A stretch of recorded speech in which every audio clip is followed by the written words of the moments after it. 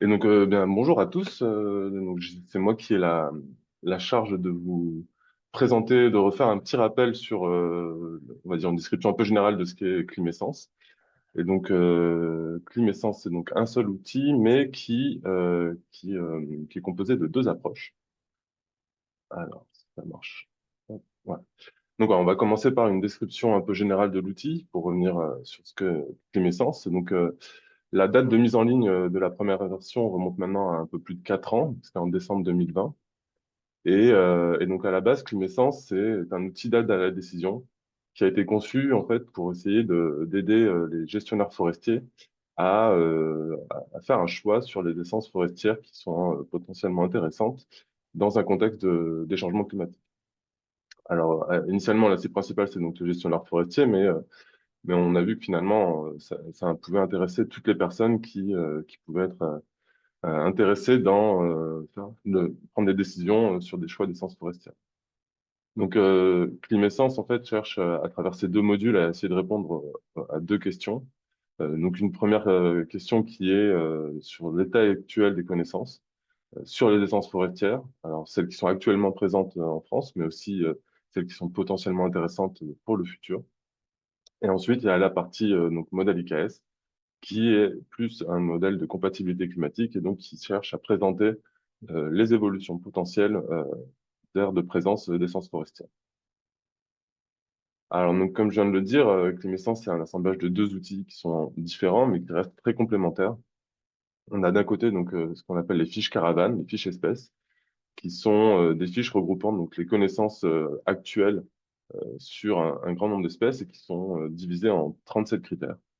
Donc, c'est basé sur la littérature scientifique et technique, mais aussi sur les expertises et sur les essais terrain. Donc, il y a une approche qui a essayé d'être quantitative, qui permet de faciliter un peu la lecture et la compréhension des critères avec des notes de A à D, mais on reviendra un peu là-dessus plus tard pour un peu plus de détails. Et ensuite, il y a la deuxième partie, donc IKS, qui est donc le modèle de compatibilité climatique, qui est basé sur trois facteurs qui sont le manque d'eau, l'excès de froid et le manque de chaleur. Alors, c'est une approche qu'on dit non paramétrique, donc c'est des seuils par quantile, et donc c'est à l'échelle de l'Europe et à la résolution du kilomètre. Et donc, comme l'a dit Cécile, c'est initialement Hervé Le Boulaert qui a développé le modèle IKS. Alors, donc pour commencer, sur les fiches espèces caravane. Alors, une fiche espèce, c'est organisé toujours de la même manière. Donc, il y a toujours, en gros, une présentation de l'espèce avec le nom latin et le nom vernaculaire. Vous aurez toujours trois photos, donc qui sont là pour illustrer donc le feuillage, le fruit est mature et le port de l'arbre. Vous avez ensuite une petite description sommaire de l'espèce avec des caractéristiques sur la taille des cônes, par exemple, ce genre de choses. D'un écogramme, donc qui présente l'exigence écologique de l'espèce, qui est très souvent issue de la flore de rameau. Et donc, c'est l'humidité et l'acidité du sol. Vous avez aussi une carte qui représente l'aire de répartition naturelle de l'espèce, principalement issue de Forgène quand c'était possible. Sinon, pour d'autres espèces, donc, pas toujours disponible, mais dans la majorité des cas, vous avez ces cartes de répartition. Vous avez aussi une carte qui représente les expérimentations R&D de France, principalement issues des bases de données ONF et CNPF.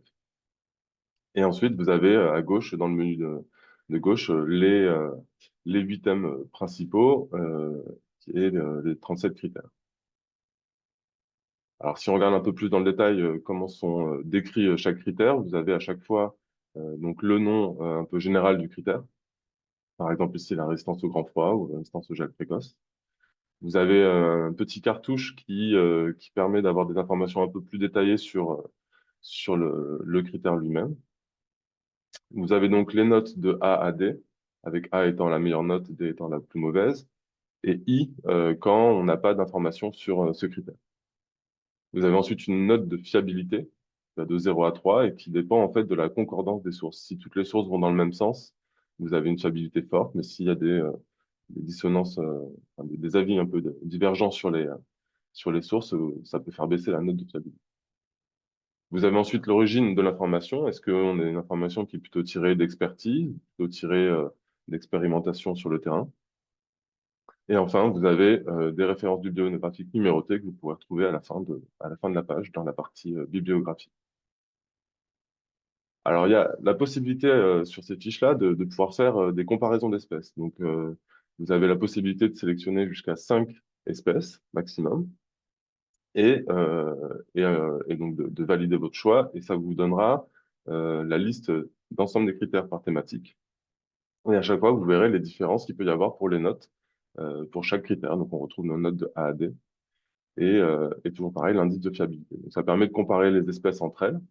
Et vous avez aussi la possibilité de faire des comparaisons, par contre, en sélectionnant des critères. À ce moment-là, vous avez la possibilité de sélectionner jusqu'à 5 critères. Vous pouvez décider s'ils sont filtrants, c'est-à-dire que en mettant un paramètre sur ce critère-là, il sera, il permettra de valider ou pas le choix de l'espèce. Mais vous pouvez aussi juste mettre des critères informatifs qui seront juste affichés sans être pris en compte dans la sélection des espèces qui seront affichées. Donc à ce moment-là, une fois que vous validez, vous aurez donc la liste des essences qui correspondent aux critères, aux paramètres qui sont des critères que vous avez sélectionnés. Et ça vous donne une note aussi, un niveau de compatibilité avec la sélection. C'est-à-dire que ça correspond à la quantité de critères qui correspondent aux paramètres que vous avez rentrés dans votre demande. Alors ça, c'était pour les fiches caravanes. Donc maintenant, je vais vous présenter un peu le modèle de compatibilité climatique IKS. Alors donc le modèle IKS, c'est un modèle qui prend en compte le climat et qui donc prend en compte le climat selon 3 indicateurs que je vais un peu présenter tout à l'heure, donc qui sont le déficit hydrique annuel, qu'on appelle DHYK, qui correspond à une limitation pour l'espèce par la sécheresse. Il y a aussi le TMIA, donc la température minimale annuelle, qui représente la limitation par le froid hivernal. Et enfin, il y a la somme des degrés jours, donc ça qu'on appelle SDJA, et qui lui représente la limitation par un manque de chaleur, donc un manque d'énergie pour l'espèce. Alors, le modèle, en fait, sert à présenter une aire de compatibilité. Donc, ça, on délimite des seuils qui vont être limitants pour chacun des indicateurs et pour chaque espèce. Donc, si on considère la France entière comme étant une zone compatible, si on regarde quelles sont les zones qui vont être éliminées par un excès par un problème de sécheresse, donc par le caractère DHYK, voilà, on retire une grande zone de compatibilité. Si ensuite on regarde ce qui est limité par le froid, on enlève encore un peu plus de zone de compatibilité. Et enfin, si on regarde quelle est la zone éliminée par DJA, on a encore une fois un peu plus.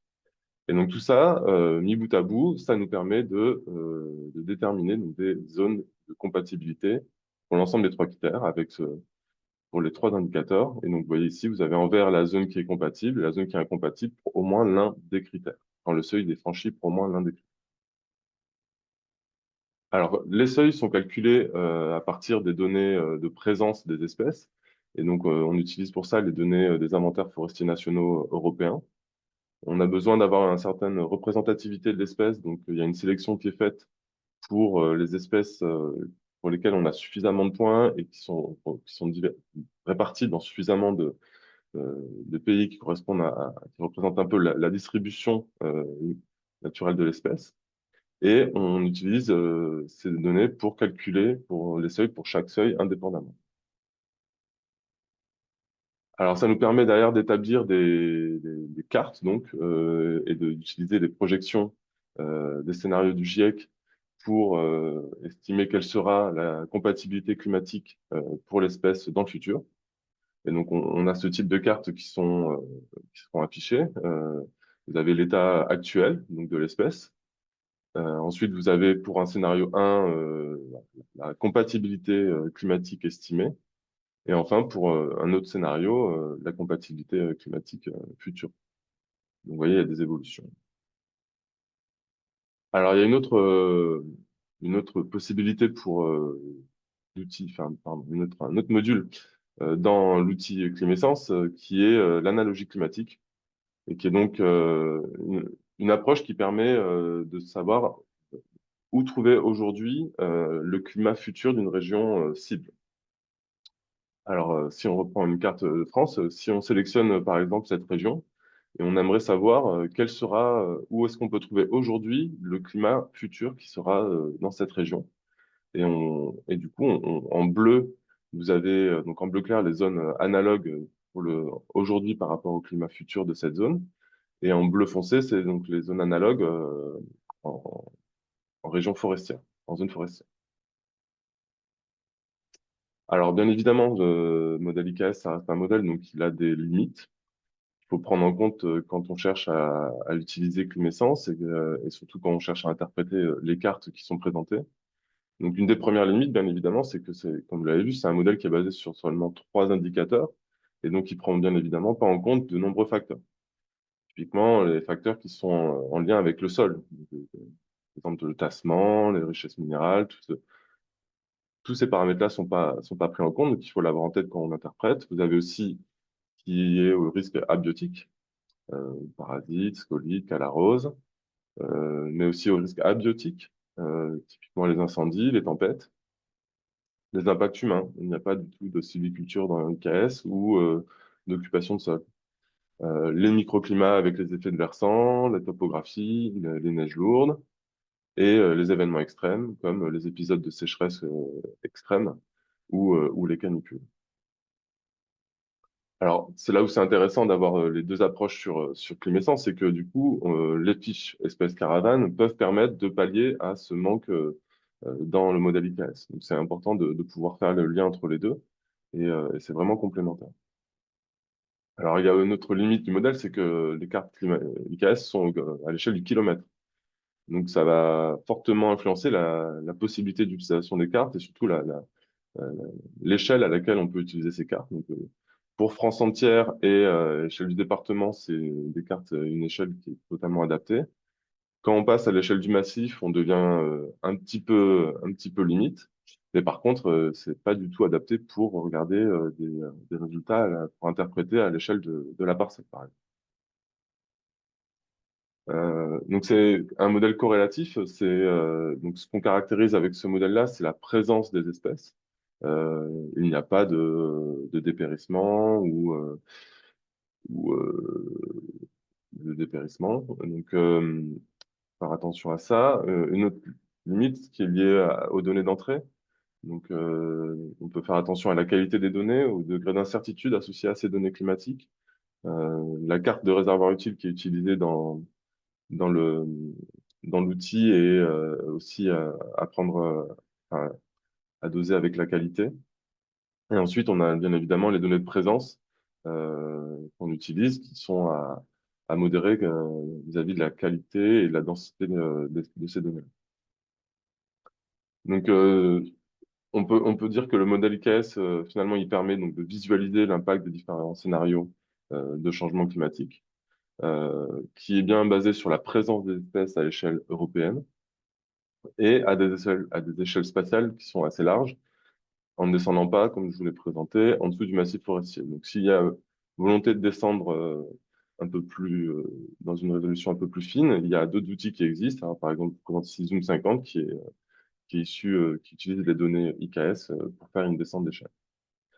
Alors, très important, il faut compléter l'analyse, pas prendre les cartes individuellement, mais il faut compléter l'analyse avec les facteurs non pris en compte. Alors ici, il y a les fiches espèces, mais comme l'a dit Cécile et Xavier, il y a d'autres outils qui peuvent permettre éventuellement de compléter les informations issues des cartes IKS.